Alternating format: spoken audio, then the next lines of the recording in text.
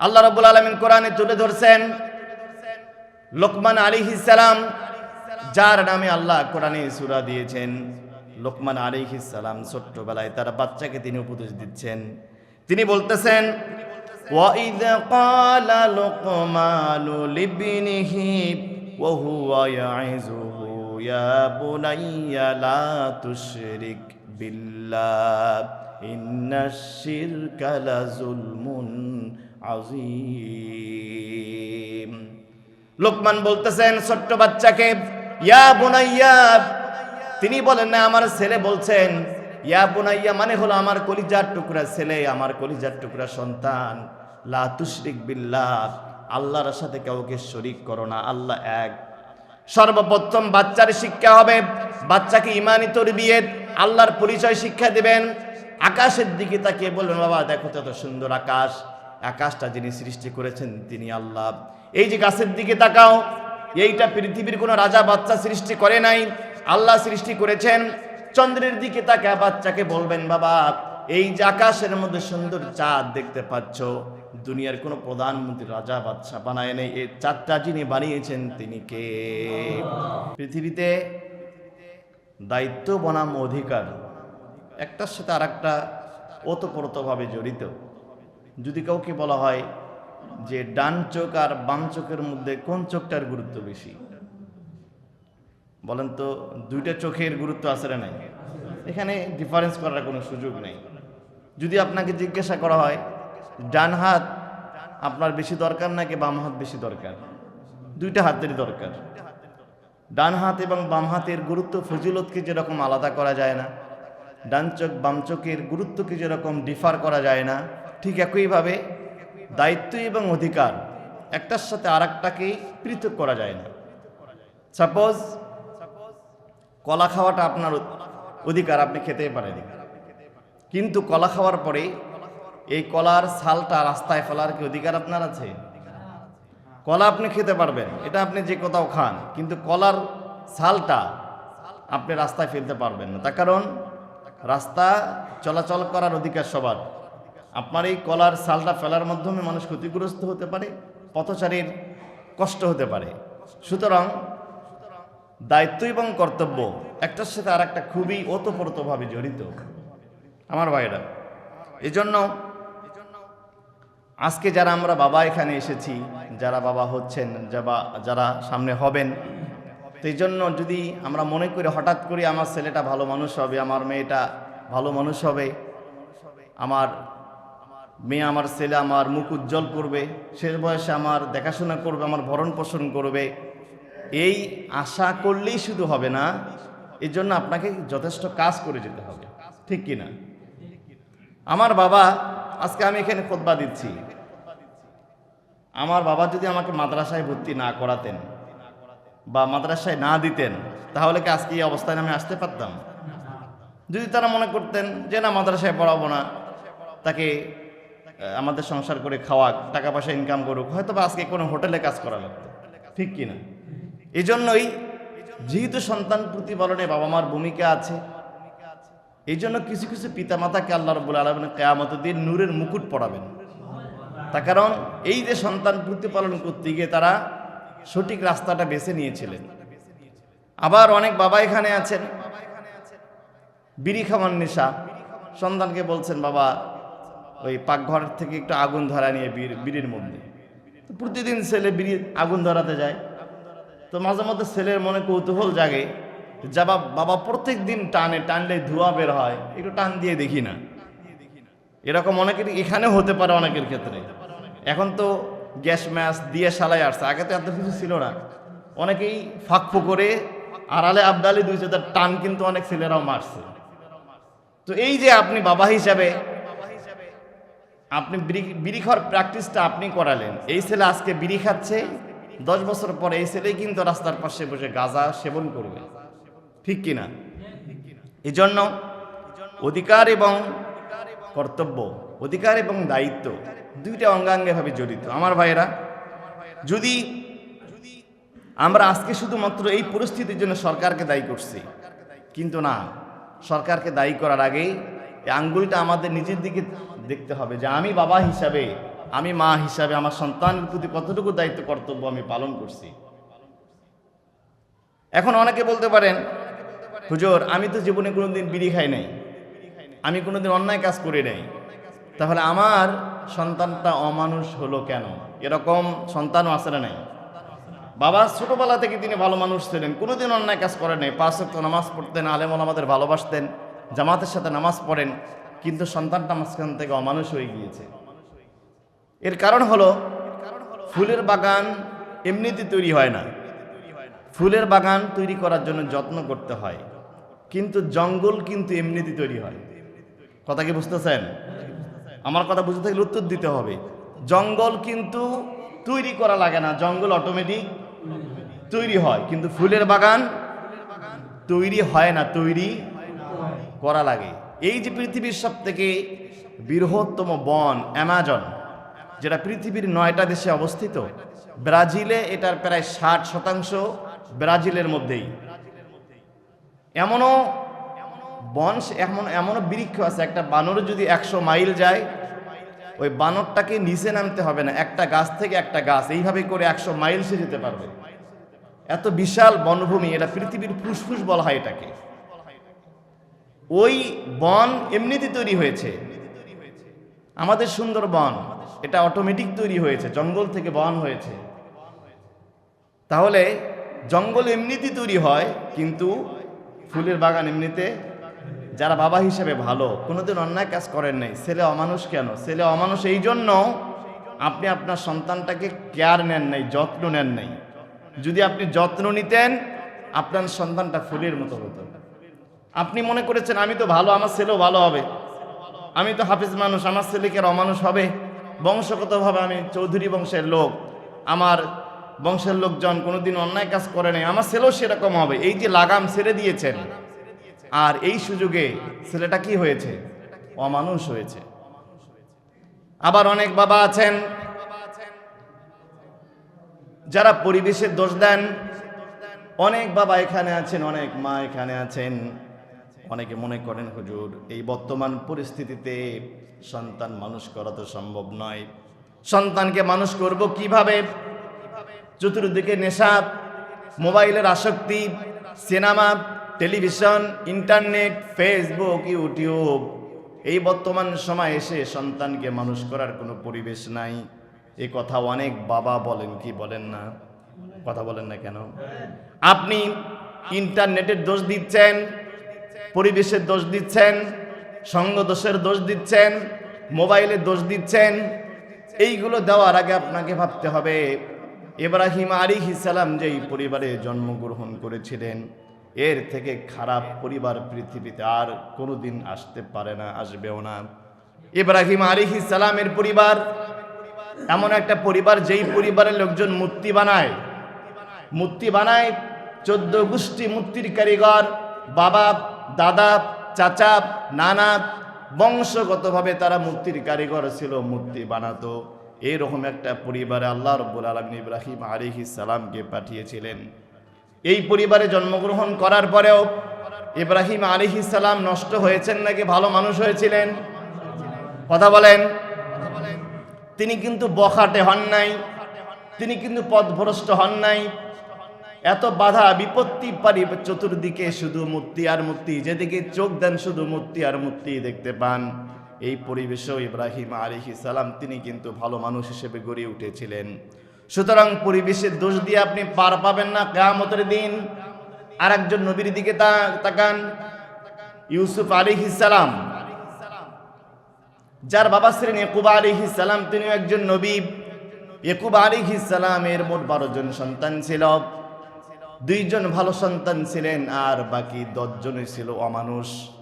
2 জন ভালো হলেন, একজন ইউসুফ আলাইহিস সালাম, আর একজন হচ্ছেন বিন ইয়ামিন। এই 2 জন ছিল নেককার সন্তান। ইব্রাহিম ইউসুফ আলাইহিস সালাম দেখেন কিভাবে তিনি বড় হলেন। ইউসুফ আলাইহিস সালামকে অনেক মুহাদ্দিস বলেছেন 17 বছর বয়সে তার ভাইরা তাকে কিডন্যাপ করে কুয়ার মধ্যে ফেলে দেয়। খুব ভালো করে শোনেন, তাকে কুয়ার মধ্যে ফেলে দেওয়া হলো। তার জীবন বিপদ দিয়েই শুরু। এরকম পরিবেশে সন্তান পথভ্রষ্ট হয় কি হয় না? ওখান থেকে তাকে কিডন্যাপ থেকে রক্ষা করলো কিছু কাফেলা, কিছু বাণিজ্যিক কাফেলা তাকে মিশরে নিয়ে গেল। মিশরে যাওয়ার পরে তাকে সেখানে কীর্তদাস হিসাবে বিক্রি করা হলো। কীর্তদাস হিসাবে বিক্রি করার পরে সাধারণত এই সময়ে এই পরিবেশে মানুষ বখাটে হয়, নেশাখোর হয়, চাঁদাবাজ হয়, রাস্তায় পড়ে থাকে, নেশাখোর হয়। কথা বলেন ঠিক কি না?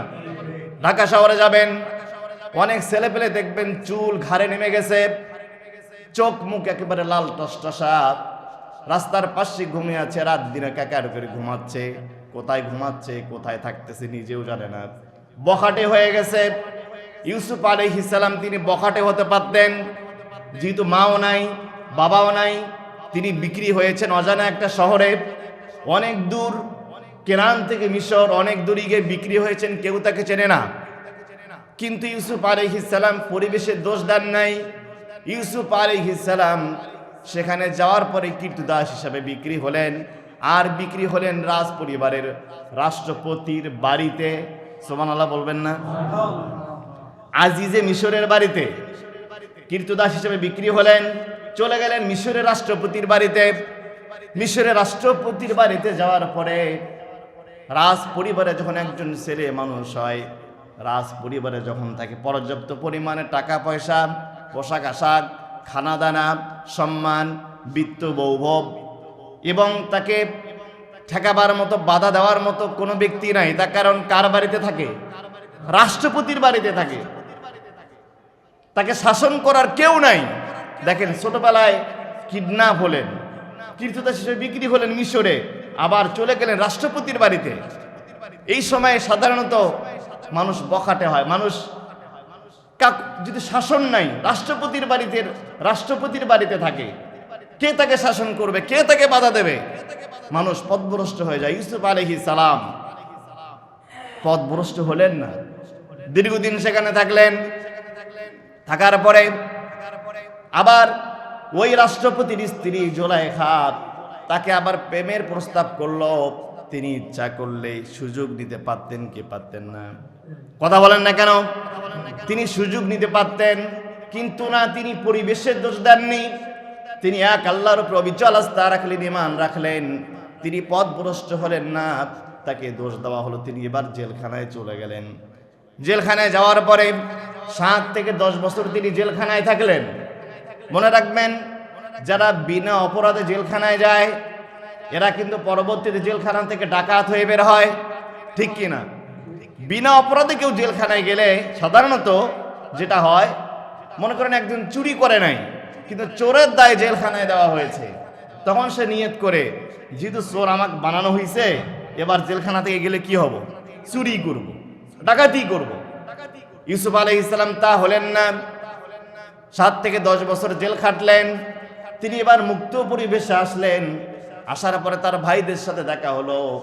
দীর্ঘদিন পর 25 বছর পরে বাবার সাথে দেখা হলো। আল্লাহ রাব্বুল আলামিন তাকে এবার মিশরের খাদ্য মন্ত্রী বানায় দিলেন। বলেন সুবহানাল্লাহ।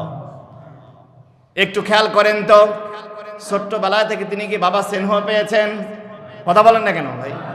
বাবা স্নেহ পাইছেন? ছোট্টবেলায় বাড়ির থেকে বের হয়েছেন, একবার কুয়ার মধ্যে নিক্ষেপ, কীর্তদাস, রাজপ্রাসাদে থাকলেন, জেলখানায় গেলেন, মন্ত্রী হলেন, বাবার স্নেহ থেকে বঞ্চিত। অপরদিকে বাকি 10 জন সন্তান যার নবীর সাথে আছে, একই টেবিলে খানা খায়। ইউসুফ আলাইহিস সালামের বাকি 10 ভাই, তারা কোথায় থাকেন? নবীর বাড়িতে থাকেন, নবীর সাথে খানা খান, একে ছাদের নিচে ঘুমান, বাবার সাথে চলাফেরা করেন। কিন্তু 10টা মানুষ হয়নি, 10টা সন্তান মানুষ হয়েছে। সুতরাং আজকে যে সমস্ত বাবা মা, আমি এই জন্য এক্সাম্পলটা দিলাম কোরআন থেকে, যারা আজকে পরিবেশের দোষ দিচ্ছেন, মোবাইলের দোষ দিচ্ছেন, ইন্টারনেটের দোষ দিচ্ছেন, সঙ্গদোষের দোষ দিচ্ছেন, নেশার দোহাই দিচ্ছেন, আল্লাহর কসম কিয়ামতের দিন এই সমস্ত দোহাই দিয়ে আল্লাহর আসামির কাঠগড়া থেকে মুক্ত হওয়ার কি কোনো সুযোগ আছে ভাই? কথা বলেন, সুযোগ নাই। পরিবেশ যত খারাপই হোক না কেন, পরিবেশ যত অপোজিট পজিশনে যাক না কেন, বাবা হিসাবে আপনার উপর যে অর্পিত দায়িত্ব, এগুলো আপনাকে পালন করে যেতেই হবে। আমরা সে দায়িত্বগুলো গত জুমায় বলেছিলাম, আমরা 1 নম্বর বলেছিলাম যে বাবা হিসাবে আপনার প্রথম দায়িত্ব হচ্ছে আপনি আপনার সন্তানকে একজন ভালো মা উপহার দিবেন। কথা বলেন। 1 নম্বর পয়েন্টটা কি ছিল? বিবাহ করার সময় শুধু আপনি আপনার স্ত্রীকে বিবাহ করবেন না, মনে রাখবেন এই স্ত্রী একদিন আপনার সন্তানের কে হবে? মা হবে। এরপরে আমরা 2 নাম্বার বলেছিলাম যে নেককার সন্তান লাভের জন্য প্রতিনিয়ত আল্লাহর কাছে দোয়া করা। 3 নাম্বার আমরা বলেছিলাম আল্লাহ রাব্বুল আলামিন আপনাকে ছেলে দেখ মেয়ে দেখ, শুকরিয়া আদায় করতে হবে কার? চিৎকার করে বলেন তো, শুকরিয়া হবে কার? বারবার মেয়ে হচ্ছে, বারবার ছেলে হচ্ছে, স্ত্রীর কোনো হাত নাই, শাশুড়ির কোনো হাত নাই, পৃথিবীর কোনো ডাক্তার কবিরাজের হাত নাই, ছেলে এবং মেয়ে দেন কে? সুতরাং ছেলে হোক বারবার, মেয়ে হোক বারবার, যদি নাও হয় তারপরও শুকরিয়া আদায় আল্লাহরই করতে হবে, তার কারণ এই ক্ষমতাটা একমাত্র তারই। এরপরে আমরা 4 নম্বরে বলেছিলাম সন্তান জন্মগ্রহণ করার পরেই হসপিটালে হোক, বাড়িতে হোক, অ্যাম্বুলেন্সে হোক, যেখানে সন্তান জন্মগ্রহণ করবে ডান কানে আজান, বাম কানে ইকামত দিতে হবে। সন্তান যেখানে জন্মগ্রহণ করুক ডান কানে আজান, বাম কানে ইকামত দিতে হবে। এরপরে আমরা এই পয়েন্ট থেকে শেষ করেছিলাম গত জুমায়। আমরা অনেক সময় খেয়াল করি যে সন্তান জন্মের সময় অনেক মা মারা যান, এরকম হয় কি হয় না? অনেক মা ডেলিভারির সময় মারা গিয়েছেন। কিছুদিন আগে আমার একজন রিলেটিভ, তাকে অপারেশন থিয়েটারে ঢোকানোর পরেই সন্তান এবং মা দুজনেই দুনিয়া থেকে বিদায় হয়েছেন। রাসূল সাল্লাল্লাহু আলাইহি ওয়াসাল্লামের হাদিস হচ্ছে, ইবনু মাজাহ রাসূল বলছেন, ইন্নাস সিকাতা লা ইয়াজুরু উম্মাহু বিসারারিহিল জান্নাহ বিসারারিহিল জান্নাহ ইযা হাতাসাবাত। রাসূল বলছেন যে মা অনেক লম্বা সময় সন্তানকে কষ্ট করে পেটে ধারণ করলো, কিন্তু ডেলিভারির সময় সন্তান গর্ভপাত হয়ে গেল, ডেলিভারির সময় মা দুনিয়া থেকে বিদায় হয়ে গেলেন, বা ডেলিভারির সময় সন্তান দুনিয়া থেকে বিদায় হয়ে গেল, এমন অবস্থায় যদি হয়, সন্তান যদি পেটে থাকা অবস্থায় সন্তান মারা যায়, রাসূল বলেন কিয়ামতের দিন ওই সন্তান তার নারীগুলোকে বের করবে, পেট থেকে বের করে নারী দিয়ে তার মা বাবাকে পেঁচায়া আল্লাহর জান্নাতে নিয়ে যাবে। এখানে অনেক ব্যক্তি আছেন যারা ছোটবেলায় এরকম অনেকের সন্তান মারা গিয়েছে, যায় নাই? অনেকের ছোট্টবেলায় পেটে থাকা অবস্থায় সন্তান মারা গেছে, অথবা জন্মের সময় সন্তান মারা গেছে। এই অবস্থা যদি হয়, তাহলে রাসূলুল্লাহ সাল্লাল্লাহু আলাইহি ওয়াসাল্লাম হাদিসের মধ্যে বলছেন, ইন্নাস সিকাতা লা ইরাগিবু রাব্বাহু ইযা দাখালা আবওয়াইহিন নার। যখন এরকম ভূমিষ্ঠ হওয়ার সময় যে সন্তানগুলো মারা যায়, তাদের মা এবং বাবাকে যখন জাহান্নামের মধ্যে নিক্ষেপ করা হবে, সন্তান দেখতে পাবে তার বাবা মাকে জাহান্নামে নিয়ে যাওয়া হচ্ছে। এমত অবস্থায় ফায়াকালু আইহাস সিকাতুল মুরাগিমু রাব্বাহু, তখন এই ছোট্ট বাচ্চাকে বলা হবে, আদখালা আবওয়াইকাল জান্নাহ, হে বাচ্চা তুমি তোমার মা বাবাকে জান্নাতের মধ্যে নিয়ে যাও। ছোট্ট বাচ্চা ফায়াজুরুহুমা বিসারারিহি, আল্লাহ রাব্বুল আলামিন তখন ওই বাচ্চার পেট থেকে একটা নার বের করে দিবেন, এই নার দিয়ে তার মা বাবাকে পেঁচায়া হাত্তা ইয়াদখুলাহাল জান্নাহ, আল্লাহ রাব্বুল আলামিনের জান্নাত পর্যন্ত সন্তানকে হুকুম দেওয়া হবে, সন্তান মা বাবাকে সহ জান্নাতের মধ্যে প্রবেশ করবে। শুধু তাই নয়, তিরমিজি শরীফের 1021 নম্বর হাদিস, আবু সিনান বলেন, দাফান্তু ইবনি সিনান, আমি আমার সন্তান সিনানকে কবরে রাখলাম। ছোট্টবেলায় আমার সন্তান দুনিয়া থেকে বিদায় হয়ে যায়, আমি আমার সন্তানকে কবরের মধ্যে রাখলাম। ও আবু তালহা আল খাওলানি জালিসুন আলা শাফিরিল কবরি, এমন সময় বড় একজন আলেম আবু তালহা রহমাতুল্লাহি আলাইহি খাওলানি, তিনি কবরের পাশে কবরের পাশে তিনি বসা অবস্থায় ছিলেন। তিনি বলেন, ফালাম্মা আরাদতুল খুরুজ, আমি যখন আমার সন্তানটাকে নিজ হাতে কবরের মধ্যে রাখলাম, ছোট্ট নিষ্পাপ বাচ্চাটাকে, জান্নাতি সন্তানটাকে কবরের মধ্যে রেখে আমি যখন উপরে আসলাম, তখন তিনি বললেন, আফালা উবাশিরুকা ইয়া আবা সিনান, হে সিনানের পিতা, আমি কি তোমাকে একটা সুসংবাদ দেব না? তখন তিনি বললেন, হে আপনি আমাকে কুলতু বালা, আপনি আমাকে সুসংবাদ দান করেন। তখন তিনি বললেন, রাসূল বলেছেন, ইদা মাতা বুলিদাল আবদু ক্বাল আল্লাহু লিমালাইকাতিহি ক্বাবাতু মাওলাদা আবদি। আল্লাহ রাব্বুল আলামিন তখন ফেরেশতাদেরকে বলেন, যখন কোনো ছোট্ট বাচ্চা মারা যায়, ফেরেশতাদেরকে বলেন, ও ফেরেশতারা, তোমরা আমার বান্দার ছোট্ট বাচ্চার জান কবজ করেছো। তখন ফেরেশতারা বলে, ফায়াকুলুনা নাআম, হে আল্লাহ, আমি অমুক গ্রামের অমুকের ছোট্ট বাচ্চার জানটা কবজ করে ফেলেছি। আল্লাহ আবার বলেন, কবাতুম সামারাতা ফুয়াদিহি, তোমরা শুধু জান কবজ করো নাই, আমার বান্দার কলিজাটা যেন ছিঁড়ে এনেছো। শুধু জান কবজ করো নাই, কবাতুম সামারাতা ফুয়াদিহি, আমার বান্দার কলিজার টুকরা সন্তানটার জান কবজ করে এনেছো। ফেরেশতারা বলে, ফায়াকুলুনা নাআম, হে আল্লাহ, আমরা তোমার বান্দার কলিজার টুকরা সন্তানের জান কবজ করেছি। তখন তখন আল্লাহ বলেন, ফায়াকুলু মাযা ক্বালা আবদি, আমার বান্দা তখন কি বলেছে যখন তোমরা জান কবজ করেছো? ফেরেশতারা বলে, তারা বলছে, আলহামদুলিল্লাহ, ইন্না লিল্লাহি ওয়া ইন্না ইলাইহি রাজিউন। আমার বান্দা, আমার বান্দি, আল্লাহ রাব্বুল আলামিন তখন ফেরেশতাদেরকে বলেন, আমার বান্দা বান্দি কি বলেছে? ফেরেশতা বলে, আল্লাহ, তোমার বান্দার বান্দি তাদের কলিজার টুকরা সন্তানকে তুমি যখন নিয়েছো, তোমার বান্দা বান্দি রাগ করে নাই, কষ্ট পায় নাই, কান্নার মধ্যে সীমাবদ্ধ থেকে আল্লাহর শুকরিয়া আদায় করেছে। তোমার শুকরিয়া আদায় করে বলছে, ইন্না লিল্লাহি ওয়া ইন্না ইলাইহি রাজিউন। তারা বলেছে, আল্লাহ, আমরা তোমারই জন্য আর তোমার কাছে ফিরে যাব। আল্লাহ রাব্বুল আলামিন তখন বলেন, ফায়াকুলুল্লাহ, আল্লাহ বলেন, ইবনু লিআবদি বাইতান ফিল জান্নাত।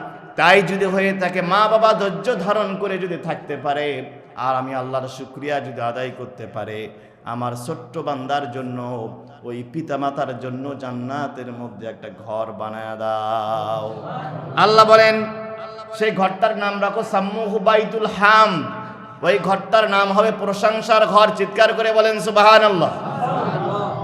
যারা ছোট্টবেলায় কলিজার টুকরাকে হারিয়েছেন, অসংখ্য পিতা এখানে বসে আছেন, যারা সন্তানকে হারিয়েছেন, যারা ধৈর্য ধারণ করেছেন, আল্লাহকে গালিগালাজ করেন নাই, দোষারোপ করেন নাই, যারা বলছেন আলহামদুলিল্লাহ, আল্লাহ তুমি দিয়েছিলা, তুমি নিয়েছো, মেনে নিয়েছি, ইন্না লিল্লাহি ওয়া ইন্না ইলাইহি রাজিউন।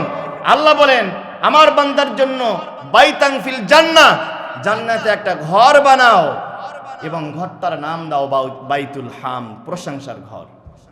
আমার ভাইরা, এজন্য আল্লাহ রাব্বুল আলামিন যাদেরকে সন্তান দিয়ে আবার নিয়েছেন, আমরা খুশি নাকি বেজার? খুশি নাকি বেজার? খুশি থাকতে হবে আল্লাহর সিদ্ধান্তের উপরে। এরপরে 5 নম্বরে, সন্তান জন্মগ্রহণ করার পরে আরেকটা কাজ করা দরকার, এটা আমরা অনেক সময় ভুল করি, সেটা হচ্ছে তাহানিক করানো। তাহানিক মানে হলো সন্তান জন্মের পরেই তার প্রথম খাবারটা যেন, প্রথম যে খাবারটা মুখে যাবে এইটাই যেন হয়।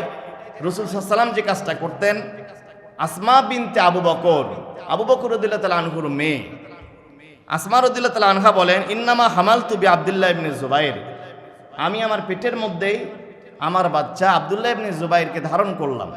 এমতো অবস্থায় ফাখরাজতু আনা মুতিম্মুন, আমি এমতো অবস্থায় হিজরত করলাম মদিনায়, আমার ছোট্ট বাচ্চাকে নিয়েই আমি সেই 400 মাইল রাস্তা, 400 কিলোমিটার রাস্তা মক্কা থেকে হেঁটে মদিনায় গেলাম।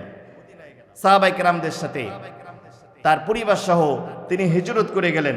তিনি বলেন, ফাতাইতুল মাদিনা ফানাজালতু বিকুবা, আমি মদিনায় গিয়ে কুবা শহরে উঠলাম। ওঠার পরে তখন আল্লাহ রাব্বুল আলামিন আমার সন্তানকে দুনিয়ায় নিয়ে আসলেন। বলেন সুবহানাল্লাহ। মদিনায় যখন সাহাবায়ে কেরাম মক্কা থেকে গেলেন, অনেক দিন কোনো সন্তান হচ্ছিল না। তখন মদিনার লোকেরা বলাবলি করতেছিল, মক্কা থেকে মুহাম্মাদের সাথে যারা আসছে তারাই নির্বংশ, এদের কারো সন্তান হয় না, সবগুলো খারাপ লোক আসছে এখানে। তখন যখন আব্দুল্লাহ ইবনে জুবাইর প্রথম সন্তান, যারা মক্কা থেকে মদিনায় গেছেন মুহাজিরদের মধ্যে, তিনি ইসলামের প্রথম সন্তান, তাকে বলা হয় মদিনায় যাওয়ার পরে।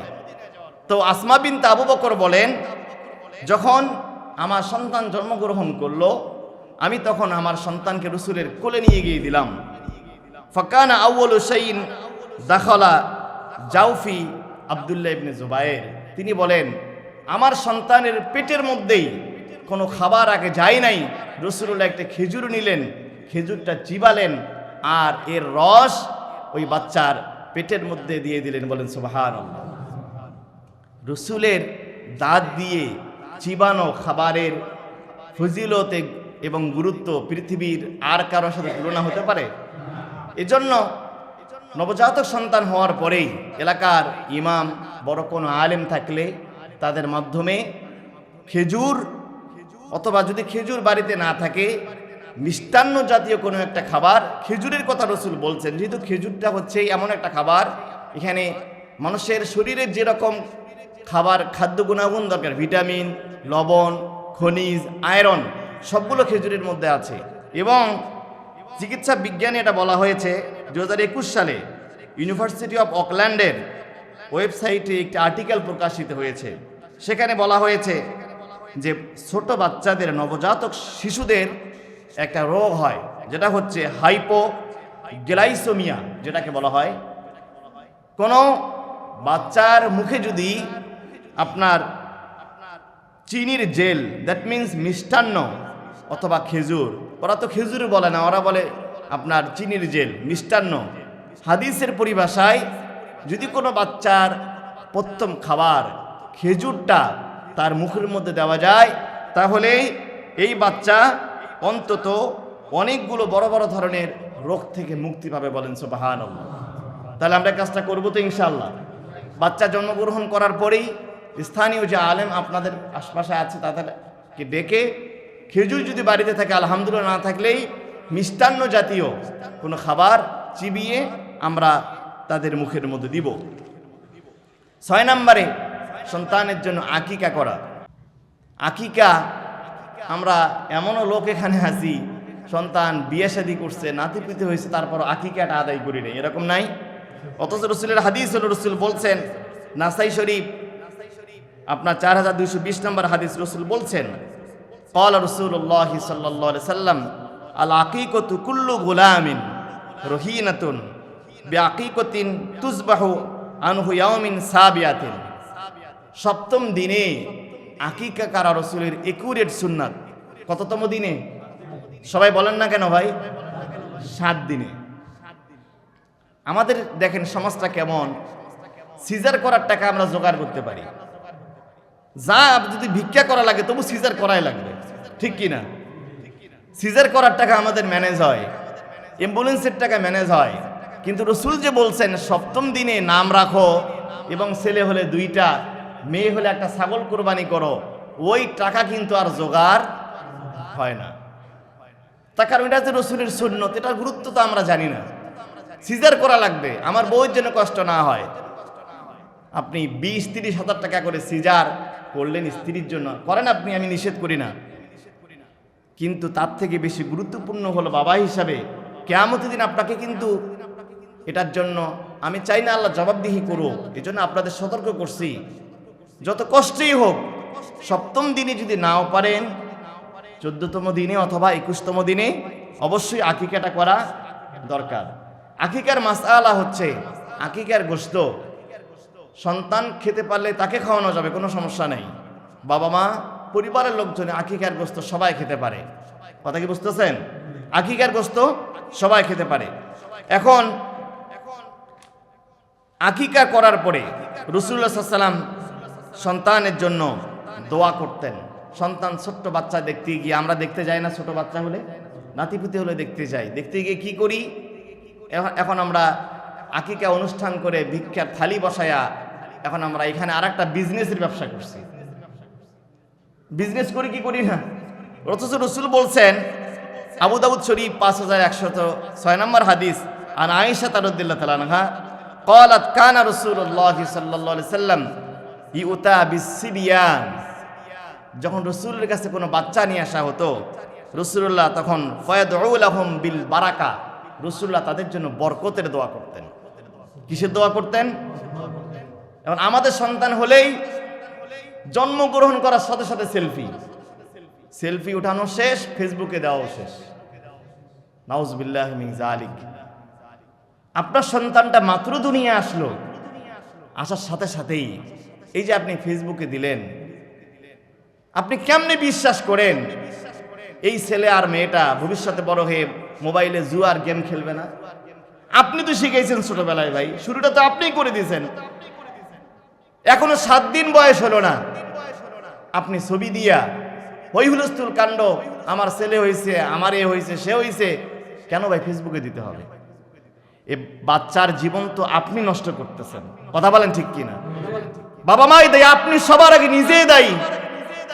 ও সন্তান তো ছবি তোলা সেখানে 7-8 বছরের আগে। এই কাজগুলো না করে রাসূল যেটা করতেন, ছোট্ট বাচ্চাকে কোলে নেন, ওদের জন্য দোয়া করেন। সুন্দর সুন্দর দোয়া হাদিস এবং কোরআনে আছে। আমার ভাইয়ের পরে 7 নম্বরে ইসলামী নাম রাখা। আমি এর আগেও টাচ দিয়েছি, ইসলামী নামের মধ্যে আল্লাহর কাছে 2টা নাম সব থেকে প্রিয়, আব্দুল্লাহ এবং আব্দুর রহমান। আল্লাহ সব থেকে বেশি পছন্দ করেন আব্দুল্লাহ এবং আব্দুর রহমান। এছাড়াও আর অনেক সুন্দর সুন্দর নাম আছে, আমির হামজা, তালহা, জুবাইর, আবু বকর, ওসমান, আলী, আবু বকর, সুন্দর সুন্দর নাম হাদিস কোরআনে আছে। কিন্তু 2টা নাম আল্লাহর কাছে সব থেকে প্রিয়, আব্দুল্লাহ এবং আব্দুর রহমান। দেখেন আমরা নাম রাখতেছি আজকে আধুনিক নাম, আমরা নাম রাখতেছি টয়লেট, জাপান, চায়না, কথা বলেন ঠিক কিনা, জন্টু, মন্টু ইত্যাদি।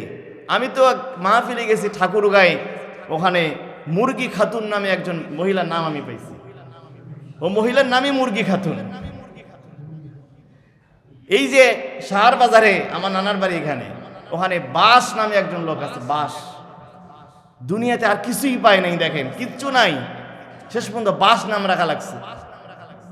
আমাদের এলাকায় একজন আছে মোহাম্মদ কাক্কু মিয়া, নামেই তার কাক্কু মিয়া। যদি এই প্রধানমন্ত্রী হইতো কোনোদিন বাংলাদেশের, আপনি কি লিখতেন?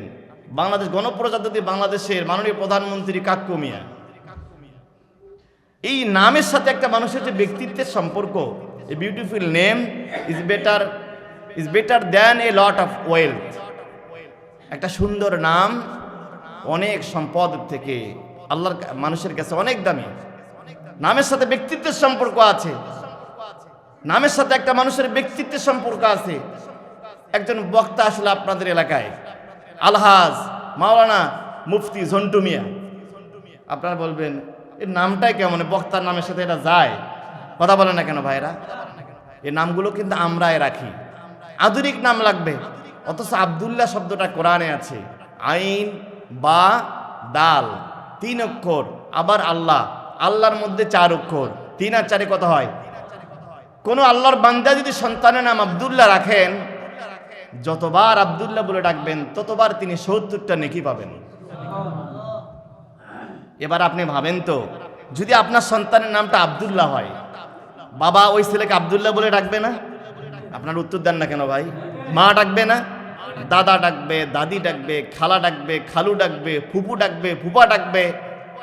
তার যখন স্কুলে যাবে বন্ধুরা ডাকবে, শিক্ষক ডাকবে, বিশ্ববিদ্যালয়ে গেলে স্যারেরা ডাকবে। সে যতদিন বেঁচে থাকবে আমার মনে হয় শুধু আব্দুল্লাহ ডাকার সওয়াব দিয়েই বাপ মা জান্নাতে যেতে পারে। তখন একটা বাচ্চাকে একদিনে অন্তত 100 বার মানুষ ডাকবে না? যতবার যারাই ডাকবে প্রত্যেকবার ডাকার সাথে সাথেই আপনি 100টা 70টা নেকি পাবেন। একবার আব্দুল্লাহ বলে 70টা নেকি। তখন এটা কোরআনে আছে, ক্বালা ইন্নী আবুদুল্লাহ, ঈসা আলাইহিস সালাম বলছিলেন। ইসলাম সহজ ভাই, এটা আমরাই হজা বড়ল করে কঠিন করছি। বলবেন হুজুর আব্দুল্লাহ নাম আমার তো ভাগনার নাম আছে, তাতে সমস্যা কি ভাই? সাহাবীদের এমনও গেছে, বাবার নামও যা, সন্তানের নামও তা, দাদার নামও তা, দাদার নাম, বাবার নাম, নাতির নাম সব এক। তাদের মধ্যে তো কোনো সমস্যা হয়নি। এখন আমরা ইসলামী সভ্যতার জায়গায় আধুনিক সভ্যতাকে বসিয়ে আমরা ইসলামের সব থেকে বড় ক্ষতি করতেছি। তাহলে আমাদের নামগুলো কি আধুনিক হবে নাকি ইসলাম অনুযায়ী হবে? আমার পরামর্শ থাকবে আব্দুল্লাহ নামটা সবাই চয়েস করেন। যদি আব্দুল্লাহ না পারেন, অন্তত যেন সাহাবীদের নামের সাথে যায়, বড় বড় ইমামদের সাথে যায়। আবু হানিফা রাখেন, ইমাম আহমদ বিন হাম্বল রাখেন, ইমাম মোহাম্মদ রাখেন, তালহা রাখেন, জুবাইর রাখেন, ইমাম আবু জাফর রাখেন, অনেক বড় বড় মনীষীদের নাম আপনারা রাখতে পারেন।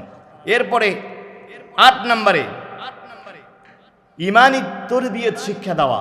ইমানি তরবিয়ত হচ্ছে ছোট্ট বাচ্চা যখন আব্বু আম্মু বলে ডাকে, মাত্র কথা বলা শিখছে, এমন সময় হাট্টিমাটিম টিম, তারা মাঠে পারে ডিম, তাদের মাথায় 2টা শিং, এগুলো না বলে আপনি বাচ্চার প্রথম শিক্ষাটা দেন লা ইলাহা ইল্লাল্লাহ। সৌদি আরবের সমস্ত প্রাইমারি স্কুলগুলোতে তাওহীদের শিক্ষা আছে, আল্লাহকে চেনার শিক্ষা আছে, একত্ববাদের শিক্ষা আছে। আল্লাহ রাব্বুল আলামিন কোরআনে তুলে ধরছেন লোকমান আলাইহিস সালাম, যার নামে আল্লাহ কোরআনে সূরা দিয়েছেন। লোকমান আলাইহিস সালাম ছোট্টবেলায় তার বাচ্চাকে তিনি উপদেশ দিচ্ছেন। তিনি বলতেছেন وَإِذْ قَالَ لُقْمَانُ لِابْنِهِ وَهُوَ يَعِظُهُ يَا بُنَيَّ لَا تُشْرِكْ بِاللَّهِ إِنَّ الشِّرْكَ لَظُلْمٌ عَظِيمٌ। লোকমান বলতেছেন ছোট্ট বাচ্চাকে ইয়া বুনাইয়া, তিনি বলেন না আমার ছেলে বলছেন ইয়া বুনাইয়া মানে হলো আমার কলিজার টুকরা ছেলে, আমার কলিজার টুকরা সন্তান, লা তুশরিক বিল্লাহ, আল্লাহর সাথে কাউকে শরীক করো না, আল্লাহ এক। সর্বপ্রথম বাচ্চার শিক্ষা হবে, বাচ্চাকে ইমানি তরবিয়ত, আল্লাহর পরিচয় শিক্ষা দিবেন। আকাশের দিকে তাকিয়ে বলবেন বাবা দেখো তো এত সুন্দর আকাশ, আকাশটা যিনি সৃষ্টি করেছেন তিনি আল্লাহ। এই যে গাছের দিকে তাকাও, এইটা পৃথিবীর কোনো রাজা বাচ্চা সৃষ্টি করে নাই, আল্লাহ সৃষ্টি করেছেন। চন্দ্রের দিকে তাকা বাচ্চাকে বলবেন বাবা এই যে আকাশের মধ্যে সুন্দর চাঁদ দেখতে পাচ্ছ, দুনিয়ার কোনো প্রধানমন্ত্রী রাজা বাদশা বানায় নেই, এই চাঁদটা যিনি বানিয়েছেন তিনি কে? ইমানি তরবিয়ত শিক্ষা দেওয়া। এরপরে 9 নম্বরে সুন্নতে খাতনা করানো। সুন্নতে খাতনা পৃথিবীতে সবার আগে যিনি করেছিলেন সেই নবী হচ্ছেন ইব্রাহিম আলাইহিস সালাম। বলেন সুবহানাল্লাহ। ইব্রাহিম আলাইহিস সালাম 80 বছর বয়সে খাতনা করেছেন। কত বছর বয়সে? যেহেতু তিনি প্রথম এই খাতনা করেছিলেন, তার আগের মানুষ করেছেন কিনা স্পষ্ট জানা যায় না। ইব্রাহিম আলাইহিস সালাম তিনি প্রথম খাতনা করেছেন। এই যে খাতনা, এটা একটা সায়েন্টিফিক ইবাদত। বিজ্ঞানীরা বলছেন এই খাতনা যদি করা হয়, খাতনা যদি যেই বাচ্চার খাতনা করা হবে, সারকামসিশন এটাকে বলা হয় ইংরেজিতে সারকামসিশন। এই খাতনা যদি অন্যান্য বাচ্চারা যারা করে না, যেই অন্য ধর্মের মানুষ, হিন্দুরা, অন্যান্য খ্রিস্টান ধর্মের মানুষ তারা করে না, তাদের থেকে অন্তত কয়েকটা রোগ থেকে মুক্তি পাওয়া যাবে যারা খাতনা করে। যেমন কিডনির সমস্যা, মূত্রথলি এবং মূত্রনালীতে ইনফেকশন যে হয়, যারা এই সুন্নতে খাতনা করে না এই রোগগুলো তাদের বেশি হয়। যারা সুন্নতে খাতনা আমরা করি, অন্তত এইরকম জটিল রোগ থেকে আল্লাহ তাদেরকে মুক্তি দান করেন। এই খাতনা অনুষ্ঠান এটাও করা দরকার এবং আমাদের জন্য অত্যন্ত জরুরি। 10 নম্বরে সন্তানকে সময় দেওয়া, এইটা সবথেকে বেশি গুরুত্বপূর্ণ। আমরা সন্তানকে ভালো স্কুলে পড়াচ্ছি, ভালো কলেজে পড়াচ্ছি, সব ঠিকঠাক মতো দিচ্ছি, কিন্তু সময়টা দিতে পারি না, ঠিক কিনা? আপনার সন্তানকে টাকা পয়সা একটু কম দেন, একটু দামি পোশাক কম দেন, কিন্তু সময়টা বেশি দেওয়া দরকার। আমাদের সাথে আমাদের সন্তানের সম্পর্ক কেমন জানেন? বাড়ির দেওয়ালের মতো। কিসের মতো? দেওয়ালের সাথে প্রতিদিন দেখা হয়, কিন্তু দেওয়ালের সাথে কি কেউ কোনোদিন কথা বলছেন? কথা বলে না। দেওয়াল তো কথা বলে না, কিন্তু দেওয়ালের সাথে আপনার সকাল সন্ধ্যা রাত দিন 24 ঘন্টা দেখা হয়। ঠিক একইভাবে সন্তানের সাথে সকালে দেখা হয়, দুপুরে দেখা হয়, বিকেলে দেখা হয়, রাত্রে দেখা হয়, ঠিক মতো কথা বলেন না, ঠিক কিনা?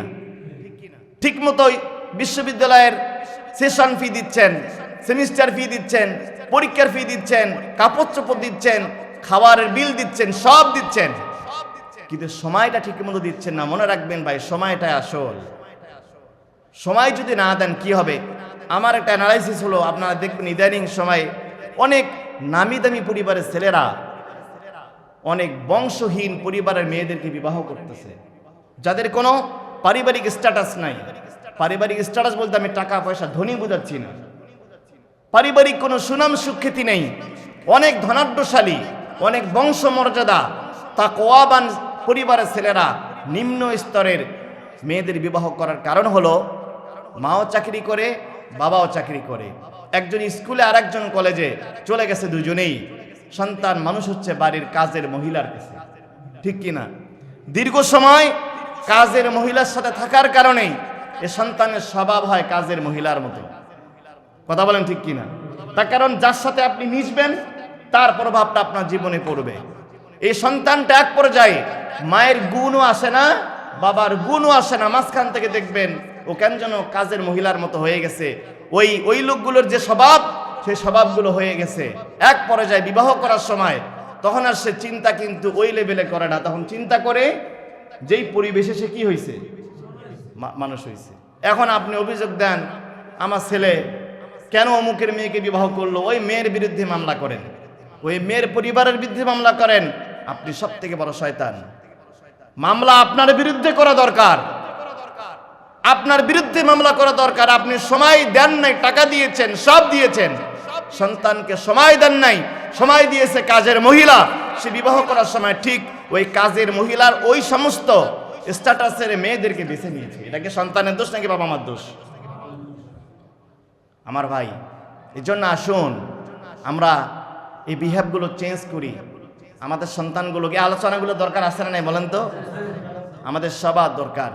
যেহেতু আমরা সবাই বাবা হচ্ছি বা হব বা হয়েছি, আসুন আজকে আমরা 10টা পয়েন্ট বলেছি, এই যে কথাগুলো বলেছি আমরা সবাই আমল করার চেষ্টা করি। আল্লাহ আমাদের তৌফিক দিন।